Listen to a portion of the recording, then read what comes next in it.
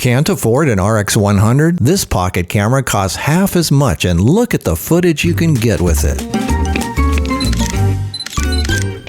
In the world of pocket cameras, the Rolls-Royce is the Sony RX100. The latest model is the Mark 7. But it's $1,300 and a lot of people cannot afford that. So I offer for your consideration another camera that looks exactly the same. They're both 1-inch sensor, flip-up screen, 4K, touchscreen. They both can do manual.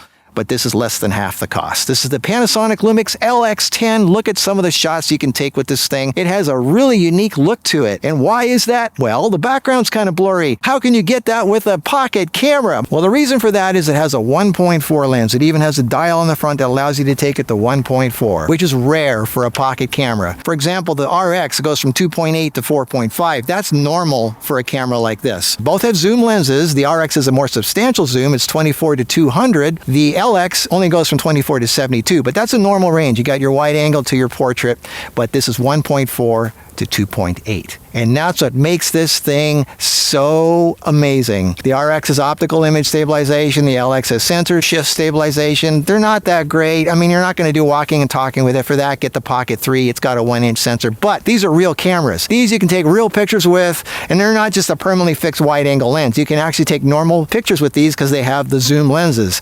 Now the RX, the difference between these two is the RX has a viewfinder, which you need in bright sunlight to see what you're doing, and the viewfinder in the RX is mind-blowing. You look at this thing, you just like, wow. And the other cool thing is for a camera that has a viewfinder on it, to be able to have a flip-up screen, I love that. I hate the flip-out screens. I love the flip-up screens. So it has that. That is just really cool. The RX has a mic jack. The LX doesn't, but I don't care because I always shoot my audio separate anyway. I'm shooting it separately right now.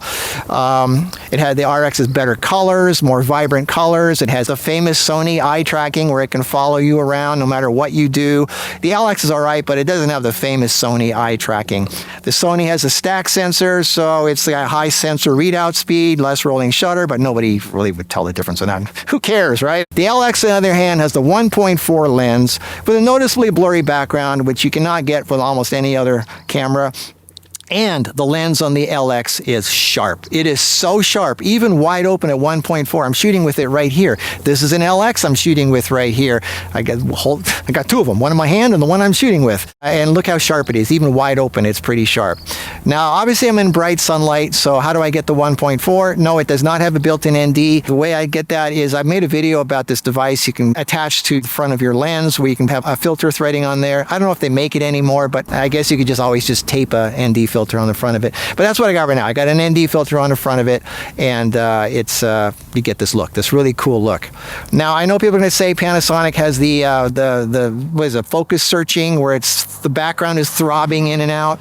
Well, the way in the beginning of a video shot, it does that. It's trying to figure out where it is, but I think it settles down after a while, so just don't use the first 15 seconds of your shot. Just give it time to figure out where it's at, and then it should not be as bad.